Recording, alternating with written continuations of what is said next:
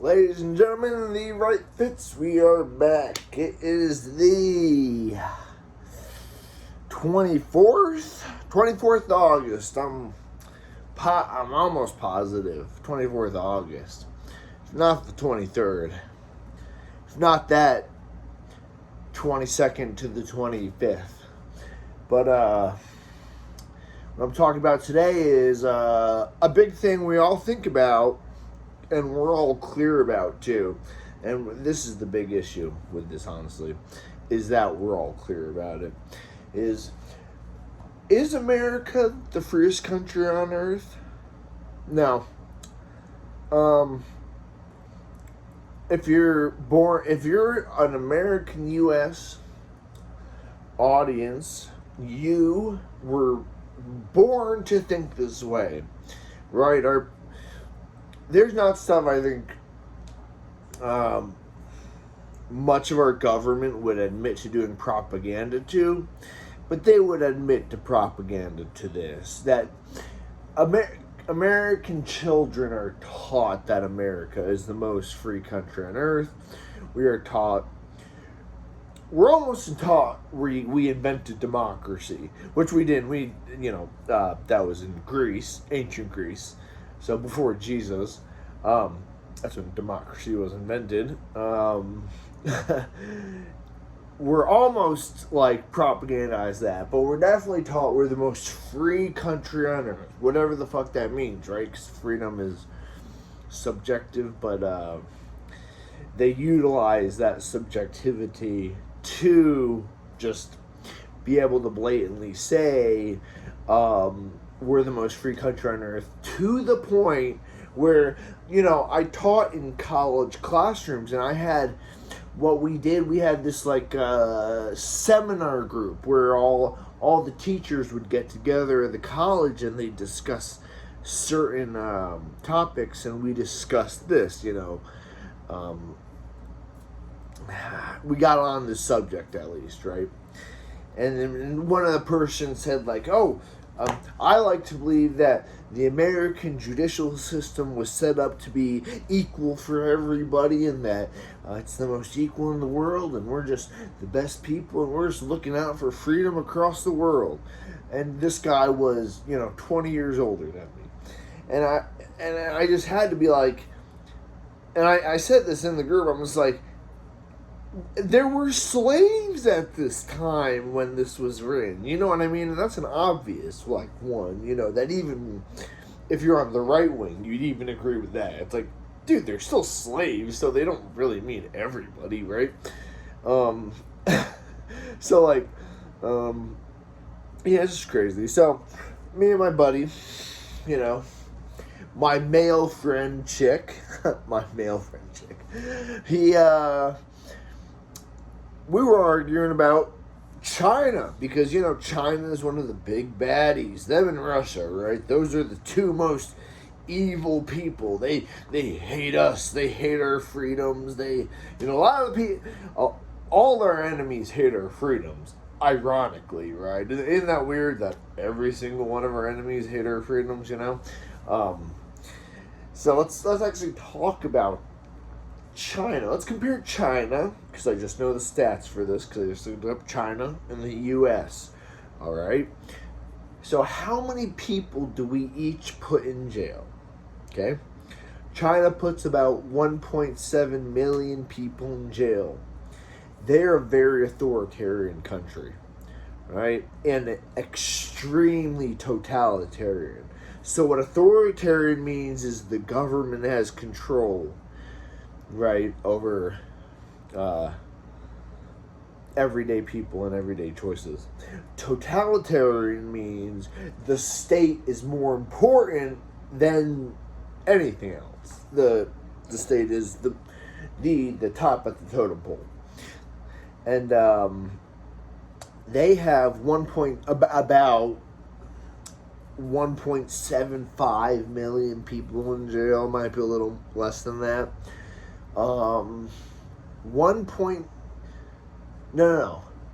Yeah, that's right. 1.75 million people. Okay. We in the U.S. have about 1.95 million people in jail. Okay, closer to 2 million people in jail. All right. Now, you go, oh, well, we only have a little more people in jail than China. Well, let's think about the populations, right? That's really what matters, okay? Because people are in jail. Actual people, right? Not a particular piece of land, right? So, if you have to actually look at the numbers of people, right? China has 3 to 4 times as many people as us. Therefore, in some sense, they're 3 times more free than us. And they also still have less number of prisoners, per capita. So it's more like 4 to 5 times as many prisoners here in the U.S. compared to China. Which is crazy. Which is a crazy number. Because I know China is a place I would be scared to go to for some reasons. Okay? So really let that sink in. That we physically imprison those people. They are in a cell. They do not have freedom. And let's not get into our labor laws, because I want to be explicit about this too. This is not you won't be talked about. You won't be told about this in history class in high school, right? Maybe in college if you're lucky, right? But what was it, the 14th Amendment that freed the slaves? I'm hoping I'm getting that right, you know what I mean? If that's the one that freed the slaves, it had a clause where it was, except if you've been convicted of a crime. So slavery is allowed if you're convicted of a crime. So what does our government do so our population doesn't go, what the fuck, I didn't know this was actually part of our system?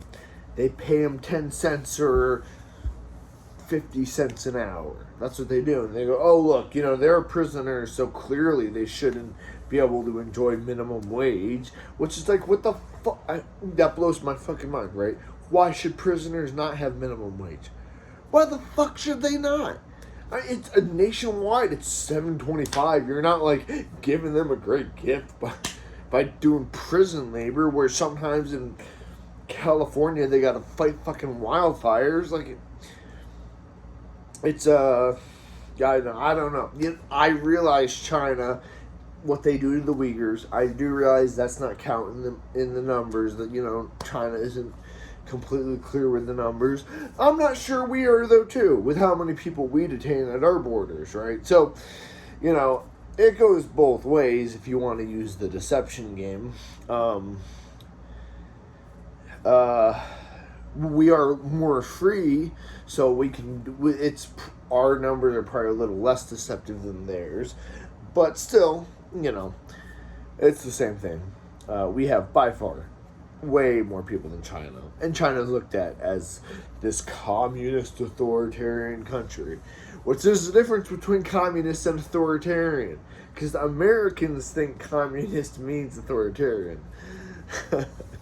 Which is funny, because you see right now the left in America, right, the people wanting Kamala, for some reason, all of a sudden, after Joe Biden was not forced to drop out, right, he did it on his own choice, which is bullshit. We know Obama and that bitch from California, Pelosi, they forced them. They said, well, invoke the 25th Amendment that says you're crazy and that you need to leave and all that. So we know that. It's all for a fact. Let's go to even drug laws, okay? Drug laws. Okay. We are the modern state that influences many other countries, right? You can get drugs in other countries that you can get so many other drugs in other countries, right? Tramadol and codeine, as far as I'm still, and benzodiazepines, as far as I'm still know, are legal over the counter in Canada, right? And in Mexico, I think it's a little more restrictive, but tramadol's over the counter. These are opiates, right? And so in America, we go, this will destroy society if we allow this drug that gets some people high to be over the counter. Next week, everybody will be on it. And Americans literally fall for this shit. It's like, Canada's doing no different than us. Mexico's no doing different than us. And we have by far the most restrictive drug policies, except for some Middle Eastern countries that will throw you in jail forever for a little bit. We'll just throw you in jail for most of your life for a little bit. They'll do it forever. Or sometimes kill you, I think, in some Middle Eastern countries. Not sure about that, so I don't want to qualify that statement. But, yeah. And we set the drug law, like, opium would not be illegal everywhere in the Western world if it were not for the United States, right? In the past, when we had especially a lot of economic influence, we don't have economic influence anymore. We have some, but not compared to what we used to. Now we have more military influence. But when we used our economic influence in the heyday of making drugs illegal, we essentially forced all our partners to do the same thing. We're like, you guys have to make this shit illegal too. You know what I mean? So it's not a coincidence that like a lot of the same drugs are illegal across different countries. You know what I mean? You'd think they'd have different research groups that come to their own conclusions, but, it's just like NATO. NATO is not a conglomerate of opinions. It's what America says for the other countries to do. So, another way America's not as free as other countries. Because I know you can get just such more a variety of choice, in some things in other countries. Yes, we have more choice of sodas, right? But we're already fat enough, in my opinion. And we've exported that too, right? We're completely cool with the chemicals in the water, right? I don't know if that's freedom. Is it free to put chemicals in the water? I mean, some people would say, yeah, you're giving the most freedom to the businesses. They get to poison the water. I mean, why do you give a fuck if the water's poison, Yes, it kills people. Yes, it mutates their babies. Yes, it does all that shit. But the capitalists make more money, right? That's the whole point. So that's why I say in America we worship capitalism. We don't worship democracy. Because if democracy ran true, what would happen? The people knew the river's poisoned, and they go up against the couple board members of the company, and they outvote them. It's pretty obvious, right? So you see how much, just through that example, that, democracy is a farce. It's capitalism that is our God in America. And that's the same reason, we've been led into this neocon valley, right? When I say neocon, Joe Biden is a neocon, right? Joe Biden, Kamala Harris is a neocon. What a neocon is someone who puts big business at the pinnacle of the, care about category. That's what a neocon is, right? And so whatever helps the investor class, that's what the neocon does. And a neocon is a subsection of the neoliberals. The neoliberals don't necessarily love all wars. The neocons love all wars, because all wars create more demand for missiles and bombs, right? So, another way. That's another way we're not free. The business owners get to choose what goes in the river, right? It's favored. It's levered in their favor, right? It's not levered in the people who are getting poisoned. And if you want to stretch that example, you can stretch it to OxyContin, right? If you're familiar with this example, the Sackler family, a family that has killed and addicted and destroyed so many families, was completely free from ever having any what's it called? Not civil, but criminal charges. They were none of the whole family who owned the company. I think it was private. None of the whole family who owned the company was ever gonna be held for any jail time. And how many people has OxyContin killed? Directly, OxyContin has killed thousands of people. Undoubtedly, alone, just OxyContin. In combination with other drugs, it's probably killed close to in the tens of thousands. And then what OxyContin has led to other addictions has led to millions, probably, of deaths. So they'll never see a day in jail, none of them. And that's how the American system is set up to be. We are the most free for some people. You just have to be those people, right? If you own a Fortune 500 company, yes, in America, you are the freest on earth. But for the rest of society, you got to live with reality and understand school's not going to teach you this. That's why you listen to The Right Fits. By the way, just started taking some SARMs, thinking about doing some workout videos. I was also thinking about doing some science videos. So you guys let me know down in the notes.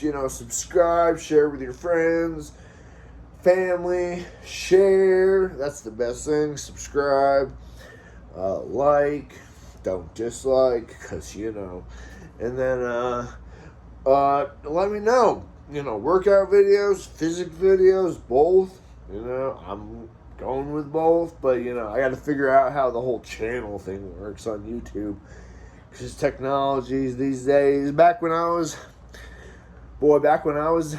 in school, you could take a phone, a cellular phone, one without a wire, connected into the wall. We used to have phones connected into the walls, but now, 20 years ago, they weren't.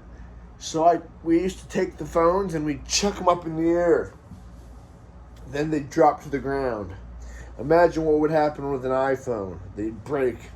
They'd never get to work it again, right? You know what happened with the flip phones? Nothing. Yep. It's a different time. Different time for different people. But I'm here for all of you. So please reach out to me, and I will send my peace and love to the world. Peace out, brothers and sisters of The Right Fits.